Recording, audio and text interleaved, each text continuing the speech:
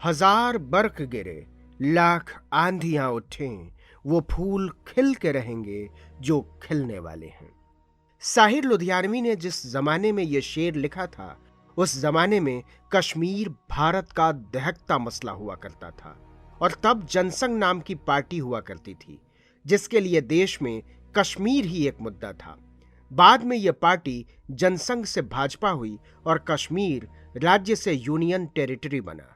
तो यह शेर कश्मीरियों पर ज्यादा फिट बैठता है या भाजपा पर, यह तय नहीं किया जा सकता।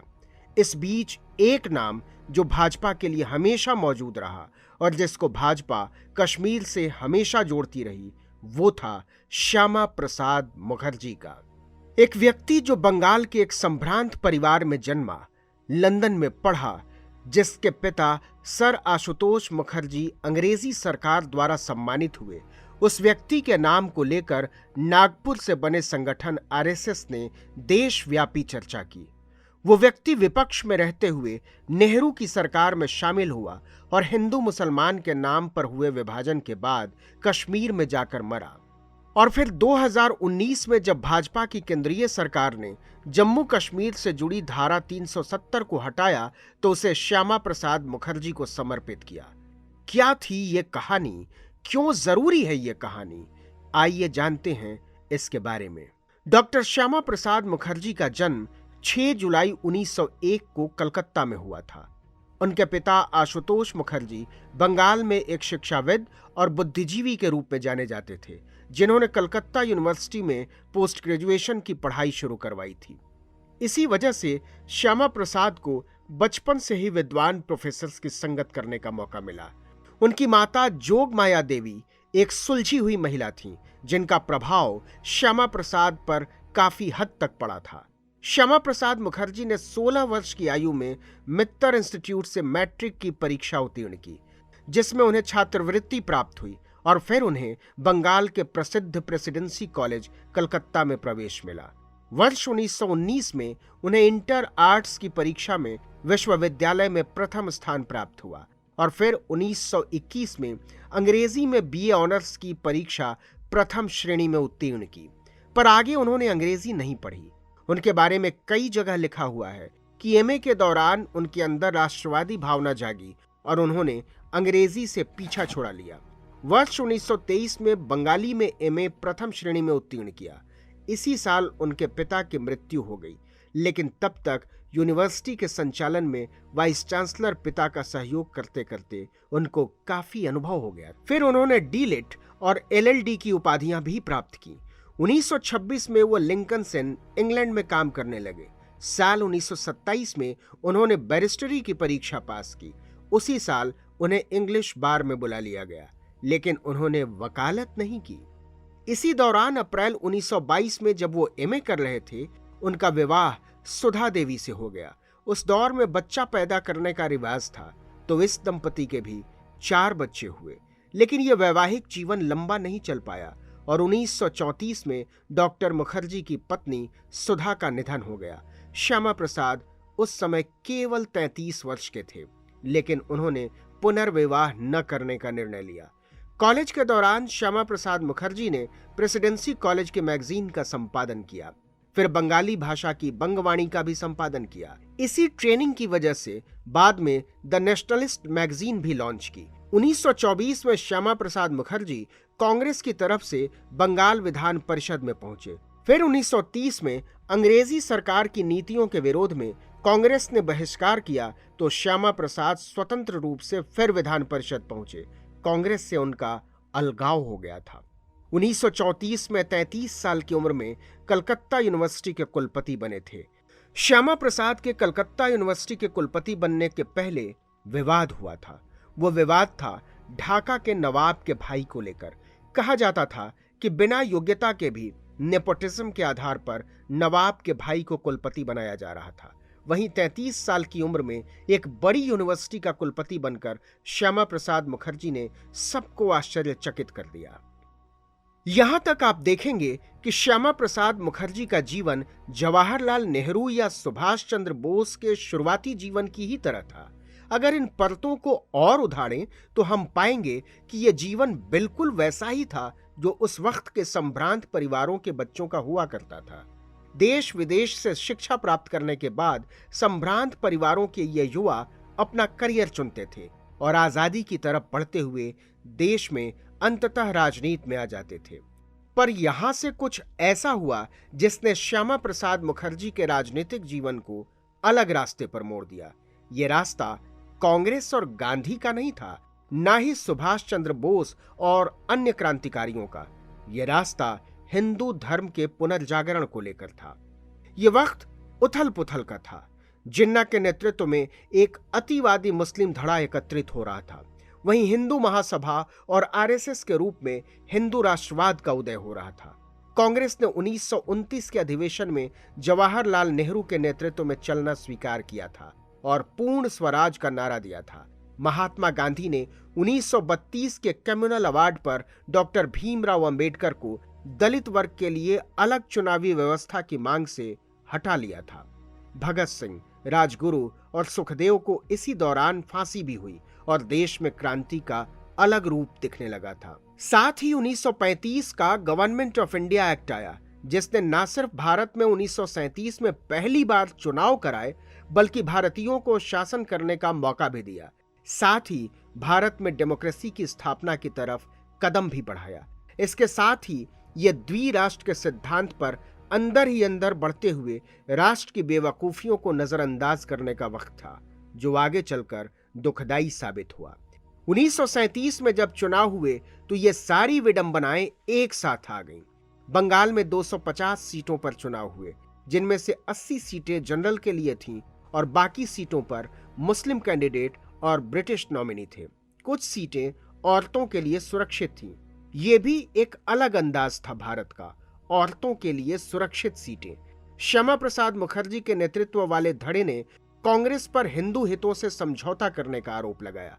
चुनाव के बाद कांग्रेस सबसे बड़ी पार्टी साबित हुई, लेकिन उन्होंने फिर से बहिष्कार किया।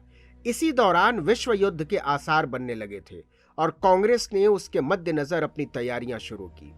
ऐसा माना जा रहा था कि द्वितीय विश्व युद्ध के दबाव का फायदा उठाकर देश को आजाद कराया जा सकता है। यहां पर अपने पहले के आरोपों के विपरीत जाते हुए श्यामा प्रसाद मुखर्जी ने फजल अल हक की चीफ मिनिस्ट्री वाली सरकार बनाई। इसमें कांग्रेस को छोड़कर लगभग सारी पार्टियां शामिल थीं। इस बंगाल की प्रांतीय सरकार में वे वित्त मंत्री बने। श्यामा प्रसाद उसी दौरान विनायक दामोदर सावरकर से मिले और हिंदू महासभा में शामिल हो गए। कहा जाता है कि महात्मा गांधी ने उस वक्त श्यामा प्रसाद से कहा था कि तुम हिंदू महासभा में कांग्रेसी दिमाग बनकर रहो, जैसे कांग्रेस में सरदार पटेल एक हिंदू दिमाग के साथ रहते हैं। श्यामा प्रसाद मुखर्जी ने कांग्रेस के भारत छोड़ो आंदोलन का विरोध किया था। फिर 1943 में श्यामा प्रसाद मुखर्जी ने बंगाल में अकाल पड़ने के बाद रिजाइन कर दिया। ये अकाल मानव निर्मित था, जिसमें अंग्रेजी सरकार की कुव्यवस्था शामिल थी। ऐसा मानव निर्मित अकाल पूरी दुनिया में कहीं नहीं देखा गया था। अनाज से गोदाम भरे पड़े थे और लाखों लोग बंगाल में मर गए। यहां पर वो सारी राजनीतिक समस्याएं सामने आईं जब कांग्रेस ने अंग्रेजी सरकार की नीतियों के खिलाफ बहिष्कार किया तो श्यामा प्रसाद ने बंगाल में सरकार बनाई। जब अंग्रेजी राज की नीतियों की वजह से ही अकाल पड़ा तो श्यामा प्रसाद ने इस्तीफा दिया और हिंदू महासभा के रूप में लोगों की मदद करने लगे। ये दौर भारत के भविष्य को बदलने वाला था। 1942 में भारत छोड़ो आंदोलन को अंग्रेजी सरकार ने कुचल दिया था, लेकिन द्वितीय विश्व युद्ध की वजह से यह सरकार कमजोर भी पड़ गई थी। भारतीयों को स्वराज का लॉलीपॉप देने आए क्रिप्स मिशन, वेवल मिशन इत्यादि फेल हो गए थे। वहीं जिन्ना के नेतृत्व में मुस्लिम लीग धर्म के आधार पर अलग देश की मांग के लिए अड़ गई थी। 1945 में मुस्लिम लीग ने डायरेक्ट एक्शन डे मनाया, जिसमें बंगाल में दंगे हुए और सैकड़ों लोग मारे गए। धीरे धीरे यह समझ आने लगा था कि अब दो राष्ट्र बनने से कोई नहीं रोक सकता। ये दुख का माहौल था, लेकिन किसी को कुछ समझ नहीं आ रहा था। अंग्रेजी सरकार अपना बोरिया बिस्तर बांधने में लगी थी और प्रशासन पर उसका ज्यादा ध्यान नहीं रह गया था। अगस्त 1947 में जब आजाद भारत की पहली सरकार बनी तो गांधी जी ने श्यामा प्रसाद मुखर्जी को भी सरकार में शामिल होने को कहा। यह अलग दौर था जब विपक्षियों को भी सरकार में शामिल किया जाता था। ये राष्ट्र के निर्माण का दौर था। उस समय अलग उत्साह था। श्यामा प्रसाद ने उद्योग मंत्री के रूप में कार्यभार संभाला। उसी दौरान चितरंजन लोकोमोटिव फैक्ट्री, सिंदरी कारखाना और हिंदुस्तान एयरक्राफ्ट फैक्ट्रियां बनी। लेकिन उस वक्त एक नई समस्या खड़ी हो गई। आजादी के बाद भारत का जो विभाजन हुआ, उसमें भयानक धार्मिक दंगे हुए और लाखों लोग मारे गए, लाखों लोग बेघर हो गए। श्यामा प्रसाद मुखर्जी ने तत्कालीन पूर्वी पाकिस्तान, जो कि आज बांग्लादेश है, वहां से विस्थापित हिंदुओं के पुनर्वास और उनकी सहायता का मुद्दा उठाया। 1950 में जब विस्थापन को लेकर नेहरू लियाकत पैक्ट साइन हुआ, तो इसके विरोध में श्यामा प्रसाद मुखर्जी ने इस्तीफा दे दिया। वो पहले मिनिस्टर थे जिसने रिजाइन किया था। इस्तीफा देते हुए उन्होंने संसद में एक लंबी तकरीर की, जिसमें पॉइंट दर पॉइंट उन्होंने अपने सारे तर्क रखे। इससे पहले वो हिंदू महासभा भी छोड़ चुके थे, क्योंकि उस महासभा ने सारे धर्म जातियों के लोगों को शामिल करने से मना कर दिया था। उन्होंने प्रिवेंटिव डिटेंशन के खिलाफ भी अपनी आवाज उठाई थी। अक्टूबर 1950 में श्यामा प्रसाद मुखर्जी ने अल्टरनेटिव राजनीति देने के लिए राष्ट्रीय स्वयंसेवक संघ के सरसंघ चालक गुरु गोलवलकर से परामर्श लेकर राष्ट्रीय जनसंघ की स्थापना की। 1952 के पहले चुनाव में जनसंघ को 3 सीटें मिली थीं। खुद साउथ कलकत्ता सीट से चुने गए, पर उन्होंने हार नहीं मानी और उड़ीसा के गणतंत्र परिषद, पंजाब की अकाली दल, हिंदू महासभा इत्यादि को इकट्ठा कर नेशनल डेमोक्रेटिक पार्टी बनाई, जिसके वो लीडर रहे। विपक्ष के नेता के तौर पर उन्होंने संसद में तमाम बहसें की, जिनमें से कई को याद किया जाता है। 1953 में जम्मू कश्मीर के स्पेशल अनुच्छेद 370 को लेकर श्यामा प्रसाद मुखर्जी ने अपनी आवाज बुलंद की। उनका कहना था कि एक देश में 2 निशान, 2 विधान और 2 प्रधान नहीं चलेंगे। वो चाहते थे कि कश्मीर में जाने के लिए किसी को अनुमति न लेनी पड़े, पर उस वक्त प्रतिबंध लगा था। 1953 में 8 मई को वो बिना अनुमति के दिल्ली से कश्मीर के लिए निकल पड़े। 2 दिन बाद 10 मई को जालंधर में उन्होंने कहा था कि हम जम्मू कश्मीर में बिना अनुमति के जाएं, ये हमारा मूलभूत अधिकार होना चाहिए। 11 मई को वो श्रीनगर जाते हुए गिरफ्तार कर लिए गए। उन्हें वहां की जेल में रखा गया। फिर कुछ दिनों के बाद उन्हें रिहा कर दिया गया। 22 जून को उनकी तबीयत खराब हो गई और 23 जून को उनकी मौत हो गई। भारतीय जनता पार्टी इस दिन को बलिदान दिवस के रूप में मनाती है। इसके बाद ही जनसंघ और फिर भाजपा ने यह नारा बुलंद किया था, जहां हुए बलिदान मुखर्जी, वो कश्मीर हमारा है, वो सारा का सारा है। जहां हुए बलिदान मुखर्जी, वो कश्मीर हमारा है। डॉक्टर श्यामा प्रसाद मुखर्जी के लिए जो सबसे महत्वपूर्ण बात थी, वह थी भारत की अखंडता और एकता। और इसी के लिए 52 साल की कम उम्र में ही उन्होंने अपनी जान भी गंवानी पड़ी। आइए हम हमेशा डॉक्टर श्यामा प्रसाद मुखर्जी के एकता के संदेश को याद रखें। आप सुन रहे हैं सत्ताधीश, राजनीति का पॉडकास्ट। इसे लिखा है ऋषभ श्रीवास्तव ने और मैं हूं नवीन कुमार। ये द आइडियाज फैक्ट्री की प्रस्तुति है।